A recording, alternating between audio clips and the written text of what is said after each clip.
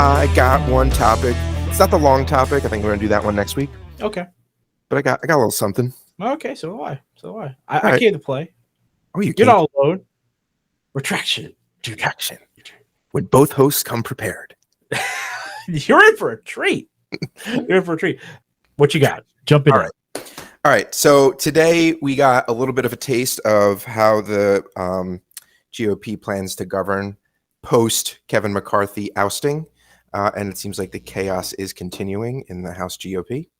So I think there was a vote today to get Jim Jordan, who seems to be the GOP's front runner for Speaker of the House, to be the Speaker, and he fell short of that vote. He did not make it, and there's still plans for him to do a second bout, but they had to delay it because he thinks he would lose even more votes.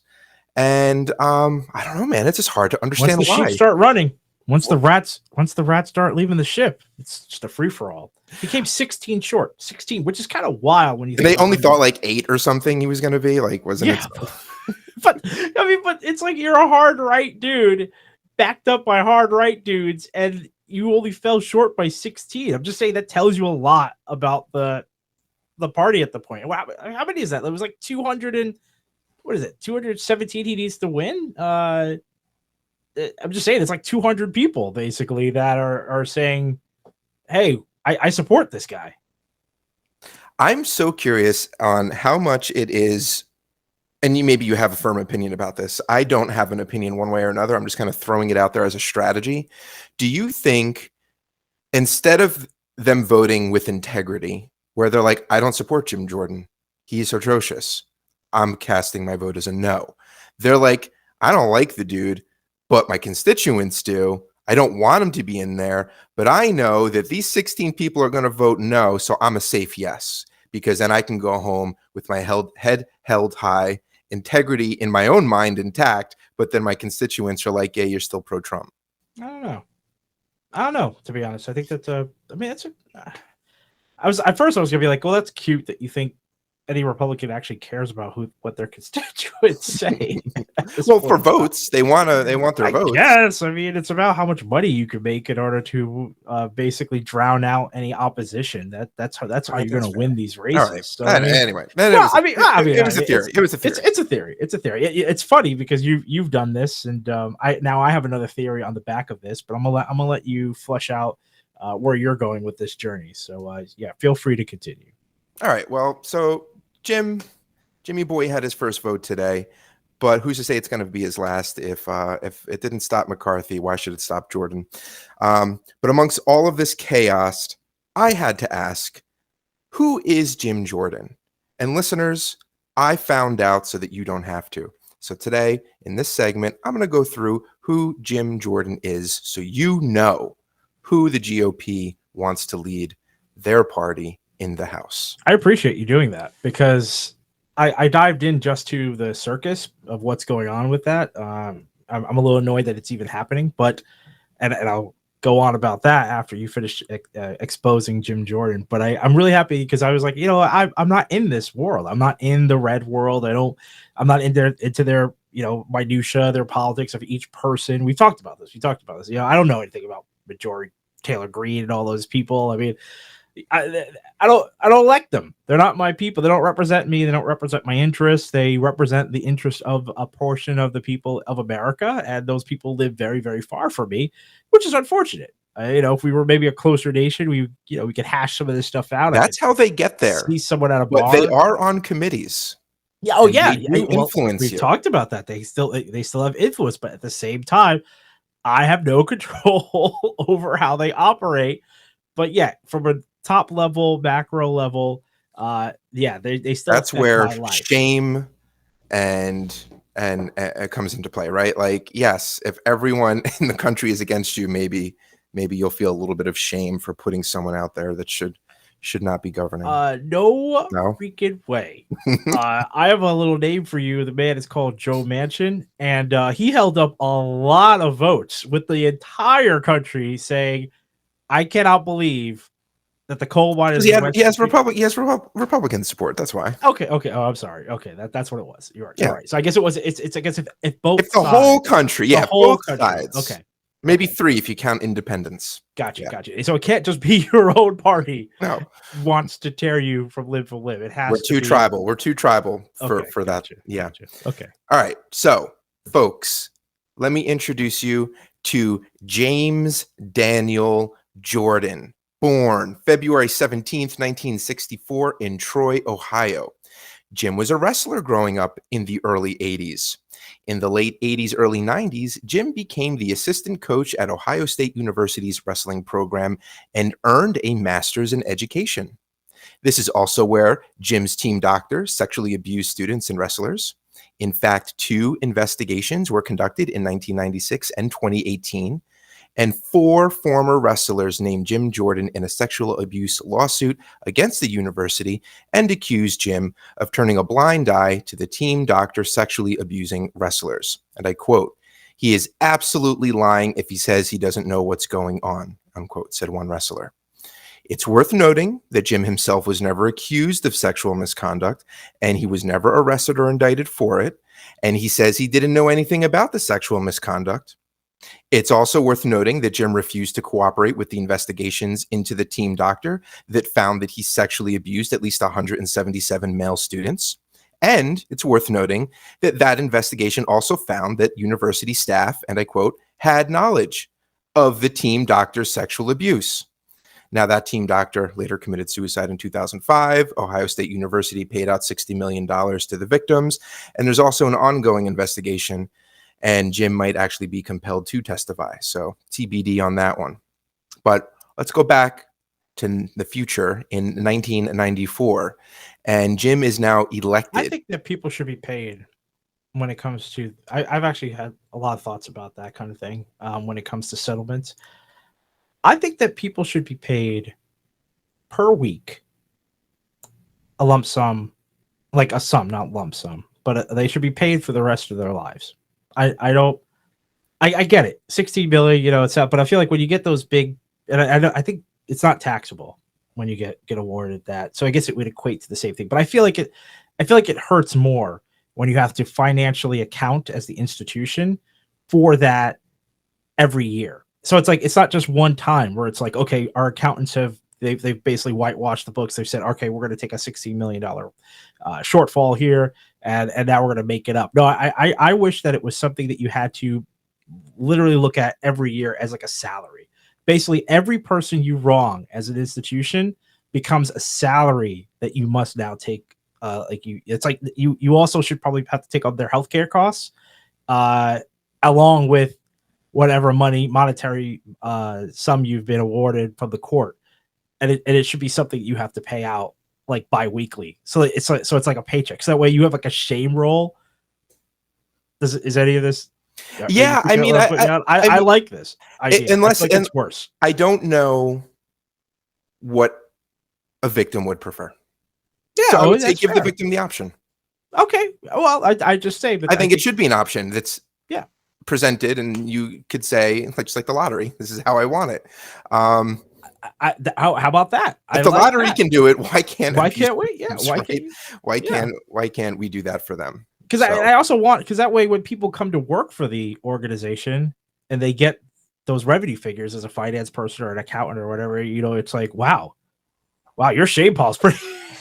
Well, you got all these people up on the shame roll. Wow. Well, that's an interesting way to reason to have it. I mean, God, yeah. Even if the dollar amount doesn't matter, but you have these line items that you can't hide, and it's all of the settlements that you've had to make over the years. It's like, ooh, Jesus! It's like Ohio.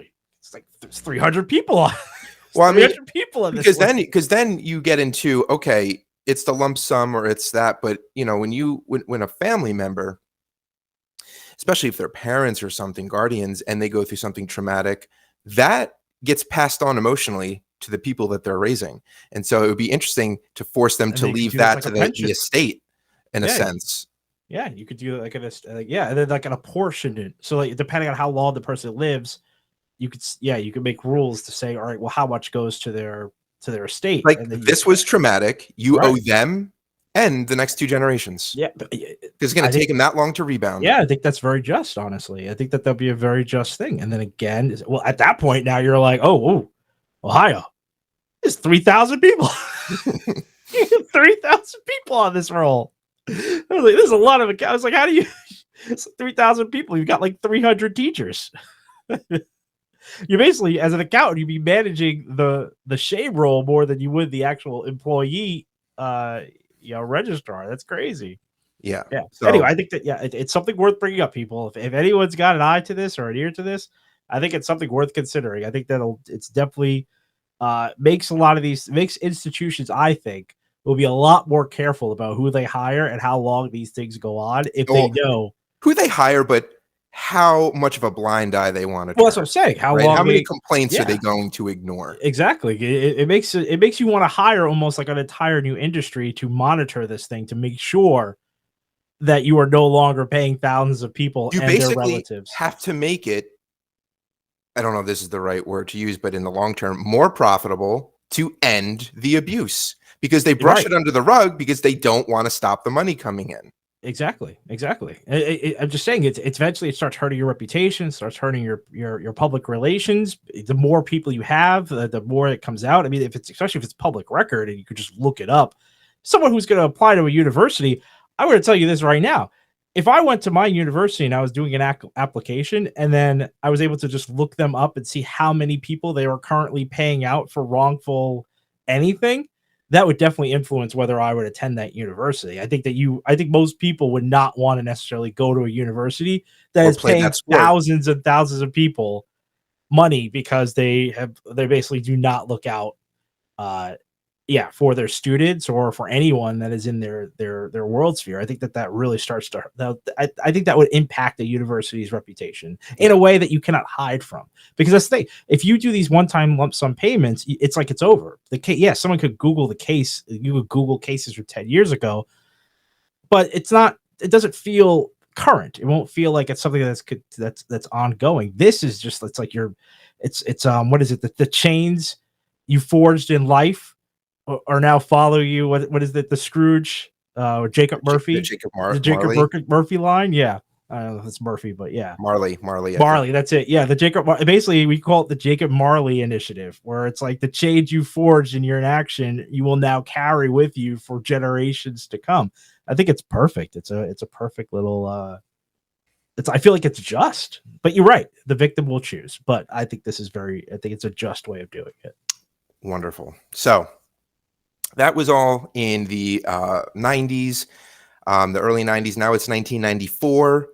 Jim decides that maybe he can't keep looking the other way. It's not sustainable. But instead of cooperating, he decides he's going to quit that job and run for the Ohio House of Representatives, which he wins in 94. In 2001, Jim gets his law degree, but never actually took the bar exam. 2004, he became an Ohio senator. And then 3 years later, in 2007, Jim began serving in the U.S. House of Representatives for Ohio's 4th Congressional District, where he has been for 9 straight terms. Now, while in how many terms and keep just for people, especially international listeners, how many years is that? 9 terms? Well, it's 2023 now. Right. I'm just saying that's crazy. This is term limits doesn't begin to talk about what we need in order to fix our political system. It needs to be a universal. If you've run to a certain level of office, not only do you have term limits on how long you can hold that office, but that's it. You're done. You need to go back into the public sphere and get another type of job. A career politician is not something I support for this country. I think that to be in politics from 1994 to 2023, 2024, that is insane. It is insane based on the way that now I get it. We have international listeners. Parliament, you've got House of Lords, or people who just hold these lifetime appointments and have been politicians for the rest of their life. I'm not saying that you can't operate within politics. I'm not saying you're barred from politics, but to serve public office after that many years, I think is antithesis to the ideas of the founding of this nation. Most people everyday people are supposed to be. I don't want a draft, but I wish everyone had to serve in public office. I wish everyone had to participate at some point in their life, going through either being elected as a representative or having to serve in some capacity for either your town, your community, or what have you. I actually would support that. I would support that because I think that at that point you would have less misinformation. You'd have less. I think we'd have a more cohesive unit with regard to what's going on in our government and the role, like the role you play within your political world. But all that to say, I'm saying all this, and at the end of the day, I'm really just, I just cannot believe that someone could sit in office for like 30, 40 years. I just think that that's just not the way we've talked about that. The That system's supposed to be. School should be training us on how this actually all works, which it doesn't really happen, at least not uniformly, equally across the nation. And then, yeah, it should be a lottery. It should be like jury duty, which they don't train you for either. But it should be like jury duty where you all serve a term, and that's cool. And everyone should kind of know what's going on and how it all works and how the sausage is made in this country. So, Exactly. All right. So he's here, 9 terms, right? While he's in Congress, Jim Jordan founded the right-wing populist House Freedom Caucus, one of its founding members. He served on the House Oversight Committee, which is an investigative committee. It's how the House investigates things. Then he left that to sit on the House Judiciary Committee, which oversees the administration of justice within federal courts, agencies, and law enforcement. So again, you may not have voted this guy in, but he's got sway over all of us in some really important committees. Jim is also part of Donald Trump's fascist MAGA movement. He helped to launch an attempted coup of our government on January 6th and served on Trump's defense team during his impeachment trial. And similar to Jim's refusal to help the investigation into sex abuse, I thought this guy doesn't have a law degree. I mean, he has a law degree, but he didn't pass the bar. So what? So it's an impeachment trial. It's an impeachment trial. Oh, the impeachment trial. Sorry. Yeah. Never mind. So not only has Jim refused to help the investigation into sexual abuse, but he also refused to help the investigation into Trump's insurrection. But still, who is Jim politically, right? These are all little tidbits, little factoids of his past, but who is he? Sure, he's allegedly willing to turn a blind eye to sexual abuse and later helped a convicted sexual abuser try to overthrow the government, but what's his voting record? And what are his legislative victories? What is he doing for the good people of the 4th Congressional District of Ohio and the people of the United States? Well, I have a sampling for you. So in terms of his voting record, Veteran Service Recognition Act, he was a no. VA Employee Fairness Act, he was a no. Urgent Labor Access for Veterans Act, no. Mental Health Matters Act, no. Mental Health Justice Act, no. Maternal and Child Home Visiting Reauthorization Act, no. Law Enforcement De-Escalation Training Act, no. Respect for Marriage Act, no. Heart Awareness and Research Act, no. Women's Health Protection Act, no. Active Shooter Alert Act, no. Right? I tried to pick ones out that were self-explanatory so we didn't have to go into it. Those are his no's. And there's a much, much longer list. But surely there are some yeses? Yes, there are. Oh, because at the beginning, I was beginning to think, so he's like, government do anything? No. But you're saying that there are some things that he will allow the government to do. I have a quick sampling of self-explanatory acts that you may want to hear. Okay, cool. Just a shorter list, a much shorter list. I assume so, because I mean, at least this guy lives by his bread and butter. I mean, when you talk about limiting government, I mean, he's literally there to say no. Do not pass go. Do not collect $200. Well, I would not go that far.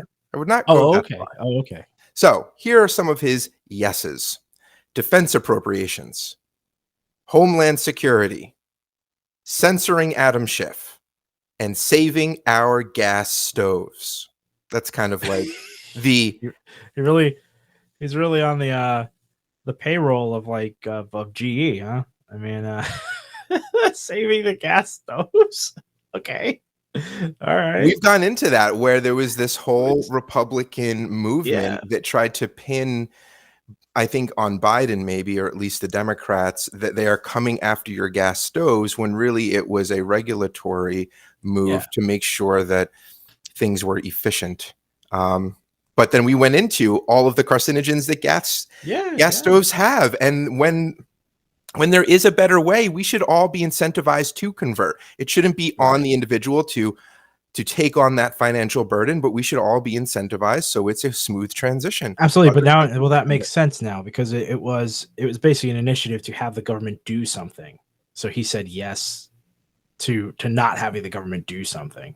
That makes sense. So I guess it makes sense from that point of view alone, because it's another way of saying government. It's fossil fuel. It's fossil fuel. Yeah, sure, but I'm just saying it's another way. The government was going to legislate. That's natural gas. Yeah, that's but they were gonna. Yeah, well, there's that, but they were going to actively try to regulate something, and he said it's a yes no. It's a yes no. So he really only has two.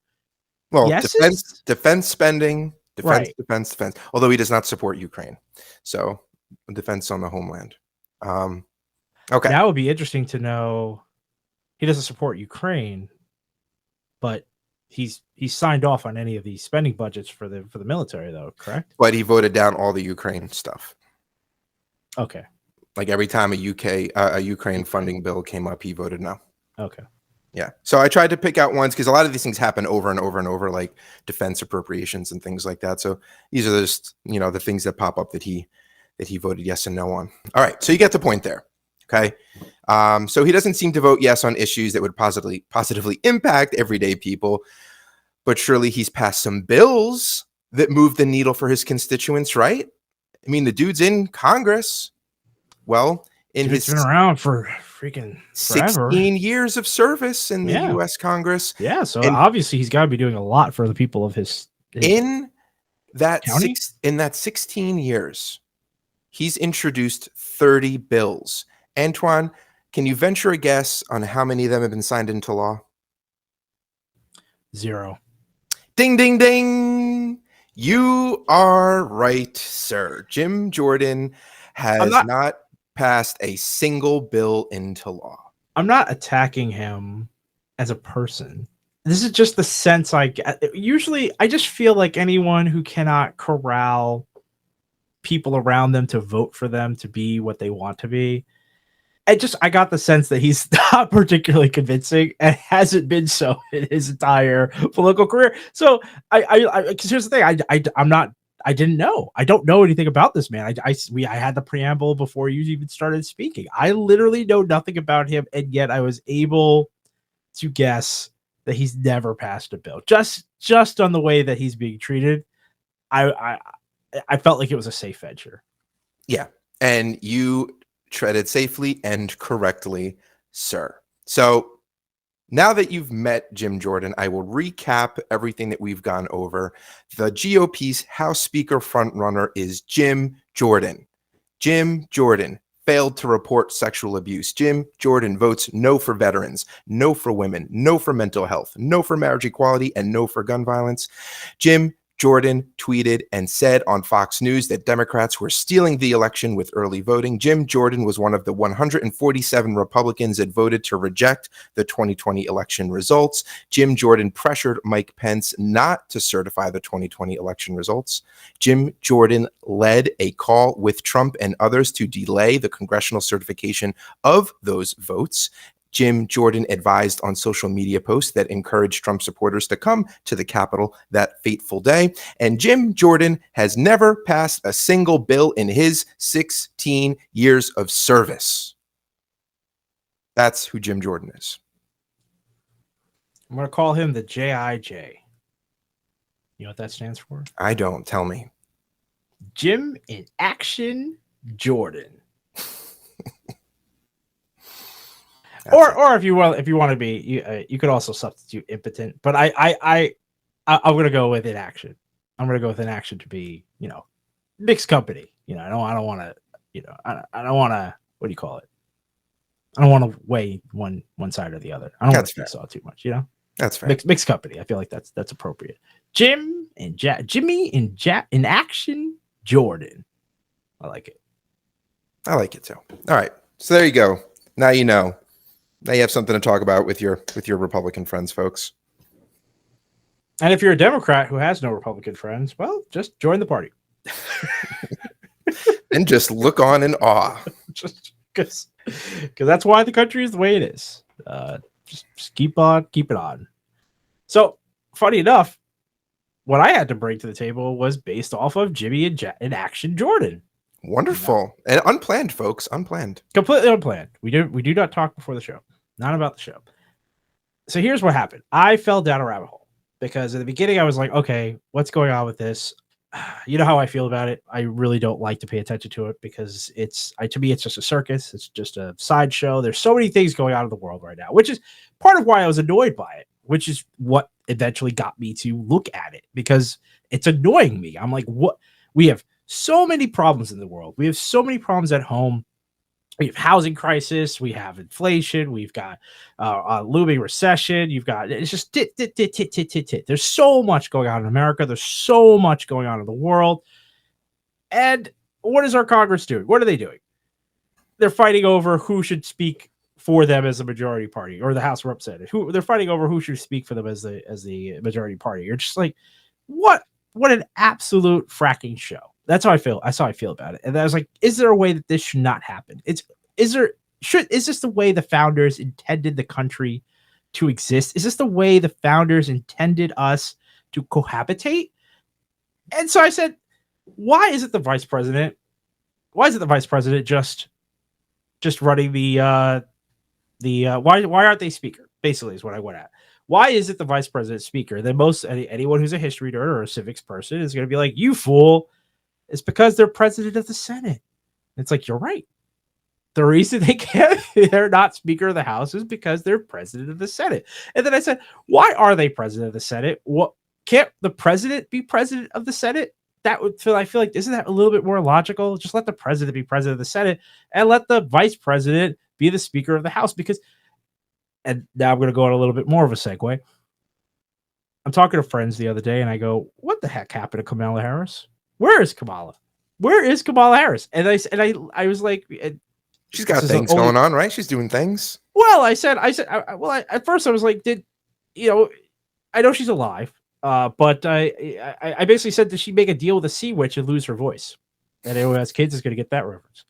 And no, and the Atlantic wrote a piece about, is Kamala Harris ready to be the president, which I found to be a ridiculous piece. Not because I'm defending this woman in any way, shape, or form. Does anyone ask that of a vice president? Is that ever that's kind of how I felt about it. I was like, does anyone ask? First of all, they're vice president. So why are you asking if they're ready to be president? They obviously are ready to be president the minute they took over the role of vice president. And there's not a lot of vocal VPs. Well, I think that we've gotten spoiled. I think we've been spoiled. I mean, we're coming off of being the children during the Clinton era, where Al Gore was a very. Well, I can't remember if it's because he ran for president, but I always had an image where Al Gore was quite known, even for being for a vice president. And of course, Dick Cheney was infamous. Not for great things. Dick Cheney was the. That's the exception, right? Yeah, but I don't know. I'm just saying I can only go off of our lived experience. And in our lived experience, we've had some pretty in-your-face vice presidents. And he was also part of other administrations. Right? Yeah, absolutely. Yeah. And Rumsfeld and all this. Yeah.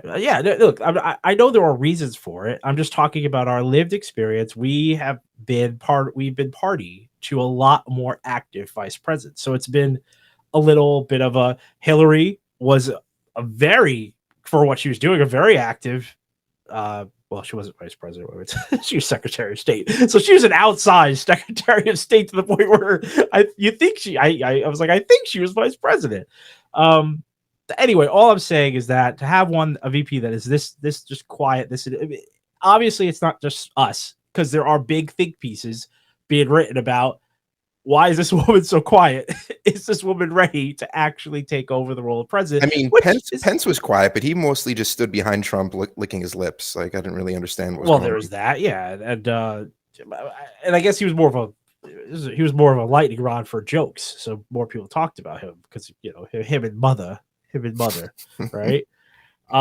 Anyway, going back to what I was thinking, I was like, shouldn't the VP just be the Speaker of the House so we never have to run into this? And then I was like, all right, what are people going to say? They're going to be like, well, if I'm a Republican and I want a voice in the House and we have a majority and the VP's a Democrat, I don't like that. And I'm like, does it matter because you have the majority? Also, anyway? you didn't do your job. Your Yeah, majority that's didn't what do I its felt. job. Exactly. I was like, it doesn't matter. Is that irrelevant? But then I was like, you know what? People, they're going to argue. So I was like, let's just appease them, whatever.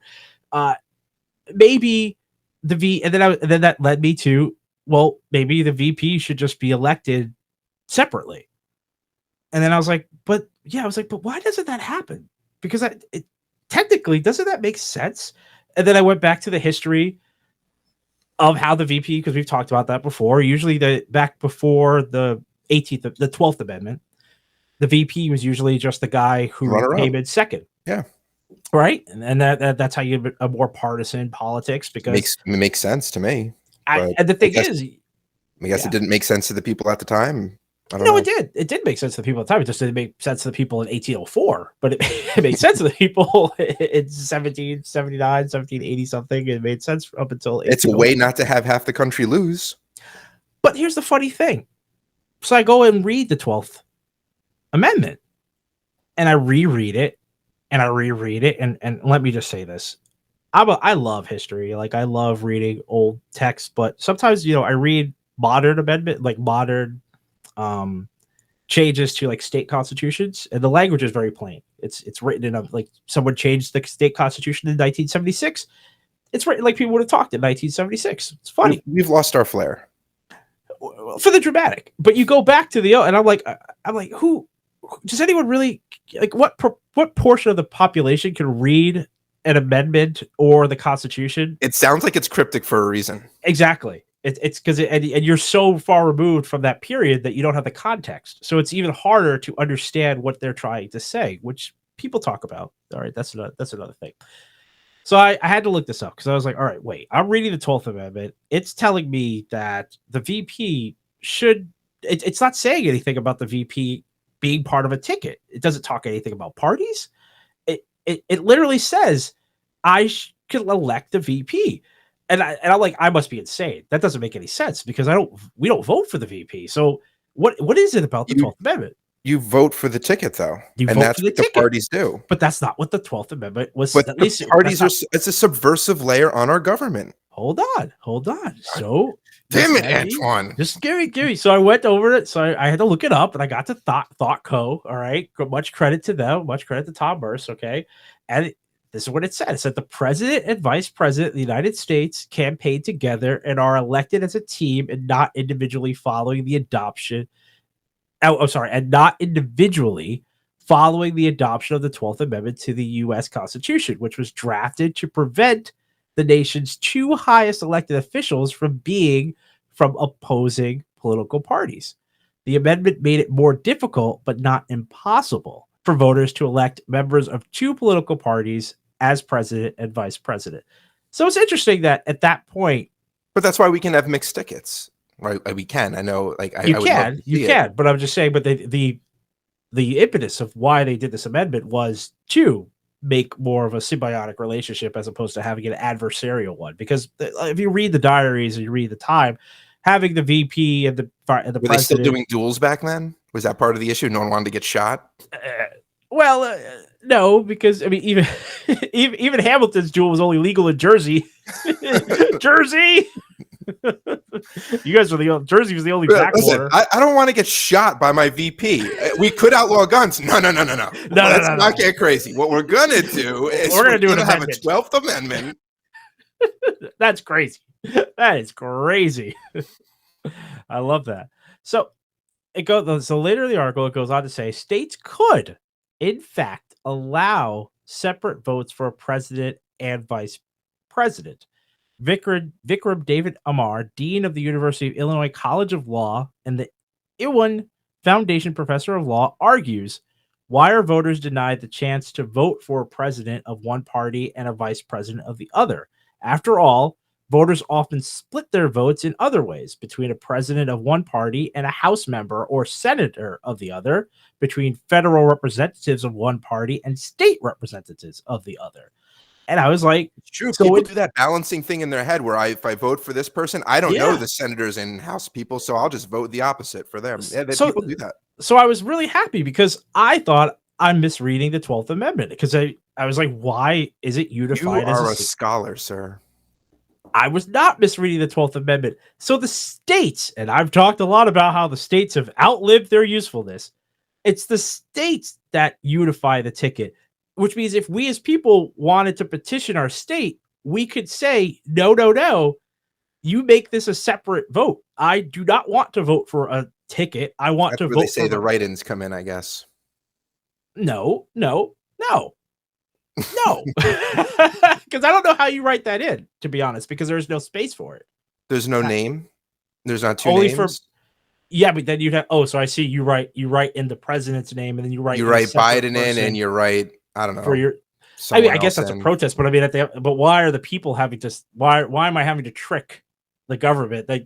My Oh, option, because it's designed against you. Like that's why. not no, but not the Constitution is not designed against me in this. No, but the ballot. I'm saying the Yeah, ticket. the state's ballot Yeah. has been designed. So it's like, but the thing is, I'm saying this is something that we might be able to reverse. I talk a lot about how it is so important to give not just the complaint, but a possible solution. And there's so many things we cannot change in this country. We cannot abolish the electoral college. That is just a flight of fancy. We're never going to have a constitutional convention because both sides are afraid of what the other side might do. But this is something where if people wanted to basically lessen and create less of a gap between our nations, we could theoretically have a place. I would have had no problem. I say this not in full truth, but at least if Donald Trump was becoming president and it was becoming clear he was going to become president, I would have loved to have just most of us had voted for someone else as the VP who was not of his party. So a non-Republican to be the vice president, hopeful that that person might be able to rein in some of what Trump might be putting down. I think that that's a fair option. And I think if it vice versa, if Barack Obama, who I did vote for, if people really were uncomfortable with him as president, but he ended up winning the presidency, I would love for the opposition to have had the option to vote in John McCain or someone else as the VP. I would have had no problem with that because I would have been like, well, that's a check. And I'm happy with that check because it comes back or it goes both ways. I wouldn't feel slighted by that in the least because I do not want to consolidate power. I don't like the way it is today. I mean, to be fair, yeah, like yes. Also, that's why we have Congress to hold the executive in check. You're not supposed to have parties subverting the will of the people in that right. way. But I'm talking about something that cannot be. So here's the thing. But yes, like I get what you're saying, but Yeah. I think you would fall into similar tribalism where, okay, because the party loyalty is so blind that if you do put a VP in there, they could stifle the presidency, not because it's a check, but because they don't want the president to get a win. Well, I mean, I guess that's what happens now. That's what happens with people voting in the voting in the House. The House, right? Like you make the majority of the House one way, and then the Senate is another, and it basically creates a government of inaction because nothing can get through. How does that work with the VP though? What does he even do? What is he going to like heckle the president at his press conferences? Yeah, I actually think it'll be. I think it'll be a much. How would that work? What would he do? Here's the thing. Initially, this came out of, and again, if you remember, this is coming out of giving the VP more of a prominent role, giving the VP more of a significant role. Because here's the other part about it. You're saying it right now. You're like, well, what would they do? And it's like exactly. The VP is so useless as is. At least now I'm giving them a role. I'm giving them a position. There's that other amendment when you can like remove the president because that's what people wanted Pence to do. Yeah, right. Yeah, they. Like right. 25th Amendment or something. I'm making that up, but I can't remember. I guess you could. I guess that would. But I mean that now we've really got a banana republic. If every time an opposing VP gets in, they just immediately strike to remove the president. That's what they wanted. They've impeaching Biden. Like that's what they said before they even found anything on him. That was like agenda item number one for some of the House members. I guess you're right. it's sad to think that you can't even make a change to the government because essentially we are living in that's a banana republic. Then You need to if keep the that's a kids separate. real, Like they'll fight. Like it's crazy. That's where we are right now. We are so tribal in our yeah, politics yeah, that the perception, at least for us, and maybe this is we're victims of how the media portrays it, but we can't trust them to collaborate. yeah. I was just hoping. It was a I hopeful like it. I think that we should. I think idea. no. I actually think it's. I think it's still a valid idea. I'm kind of just like having a little bit of fun, but I think that changing the format of the ticket, where you could still identify what party people are associated with, but you have to color in the circles for each position. No more bundles. Yeah. I'm just it's very doable. That's the thing. It's not we don't have to change any laws You're necessarily. actually just making it more uniform because every other position, you could do 2 senators and one from each party. You could do whatever you want You there. can do whatever you want. The only time they're bundled together Is is on for the the presidency. Yeah. So it's actually just, hey, it's probably a cost saver for us. I think so. You don't have to have a difference in formatting. I'm just saying it's You don't have something. to reset the printer.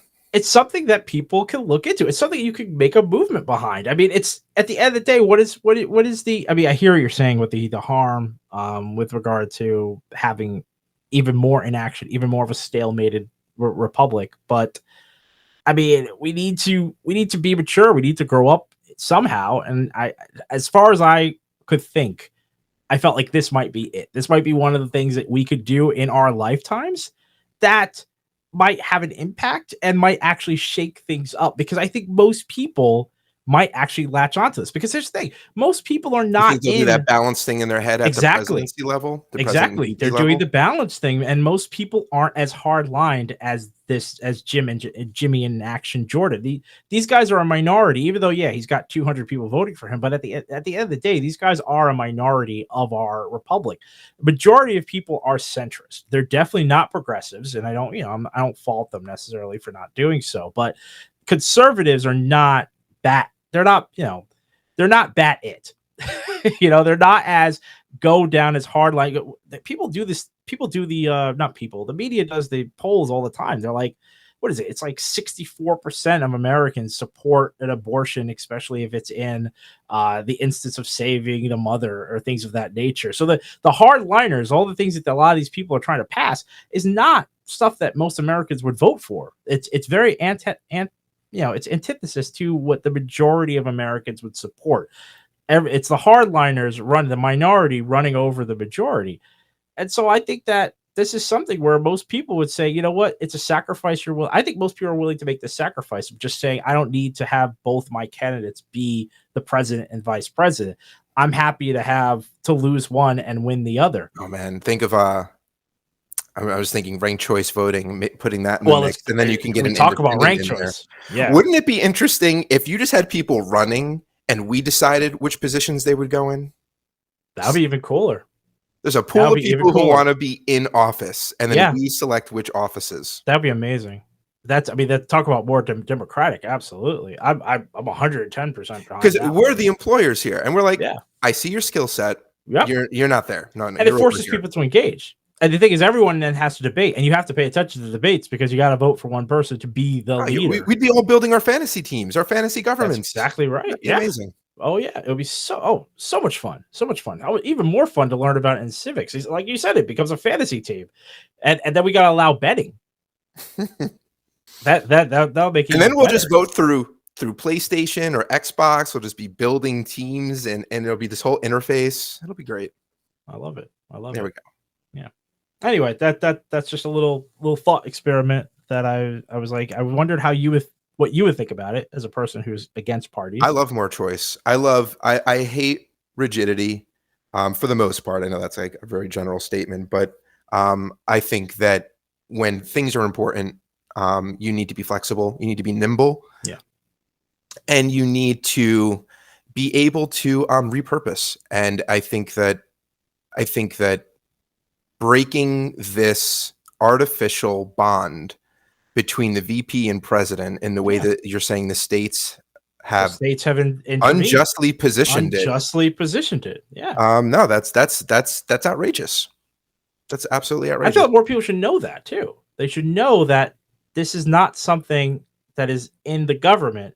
This is something your state is artificially placed on you. And both parties, I mean, this just goes back to the whole duopoly. Like, but it's not like in any given election cycle, one of the entities in charge was like, oh yeah, we're not doing that. Like, clearly this is like an agreement between everyone. And this is how it is. Is there any state that doesn't do this? Nope. All states have agreed to do it this way.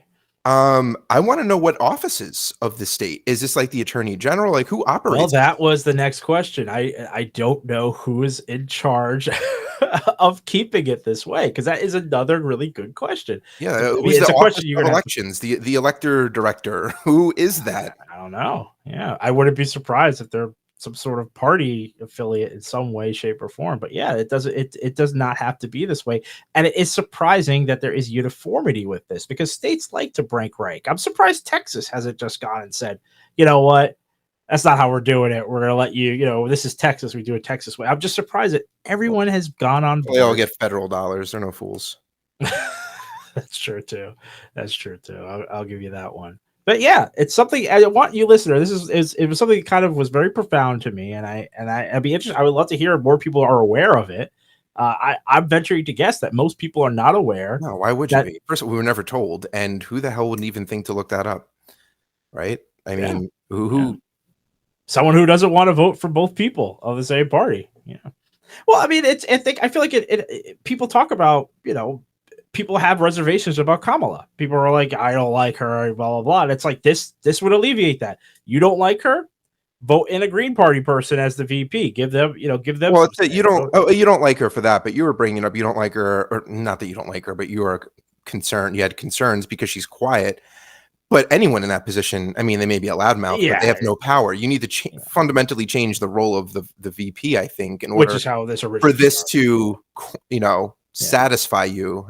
But I also do, but that being, I think an opposing VP, you're going to be positioning yourself for an eventual presidential bid, so you'll be doing a lot more sound off in terms of the media. You'll be trying to get more media attention to either disagree or agree. I feel like it lights a fire under the VP to do more, even if you're not actually tasked with more, but just because you were elected independently of the president, even if you're in the same party.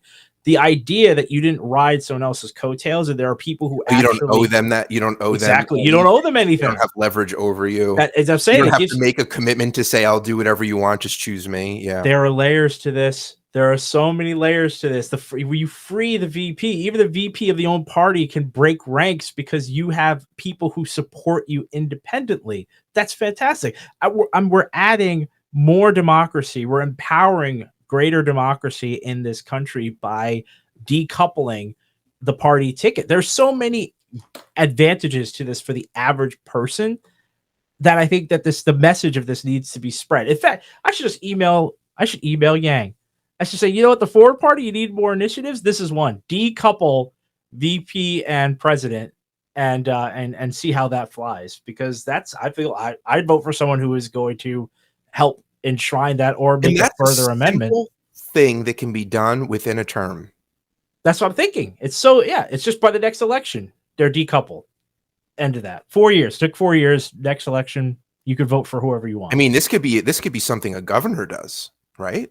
A governor. Well, we don't know. Again, we don't know who's in charge of it in the state, but I assume he owns. I mean, unless it's the state's House or Senate. Right? Again, I mean, it would have been helpful. I couldn't get that far, but yeah, if it's up to the governor, it would be a governor. Yeah, you put it on the electoral cycle of your governor to make sure your governor is committed. I mean, he's the executor anyway. They're just like in the same way that you were saying, Yang. It would be he's the executive branch of the state, so it's the same thing. You put it on the governor, and then it's his job to have an agenda. And All right, people out there, contact your governor, as long as it's not old Ronnie Boy. Yeah, I don't see Ronnie Boy doing that one in Florida, but everyone else, I feel like it should be a bipartisan thing. I mean, obviously the parties have incentive, but I feel it is an absurd thing. It's not like the House and Senate are all packaged together. Exactly. And it should feel as absurd. I think that's how it should be positioned. Do you think that it should all be packaged together with the House and Senate, your local freeholders or your Board of Education or whatever else? You vote the president, and then they just pick everybody who go. It's just down if you don't feel like it should be that, then why would it be that at the very top? Yeah. It writes itself. The ad dollars are flowing in as we speak. It's genius. Fixing problems here on the Retraction. Fixing problems you didn't even know you had. Putting out, yeah. We're uncovering problems, and then we're fixing them. Yeah, it's better than just leaving your house on fire. So. Yeah.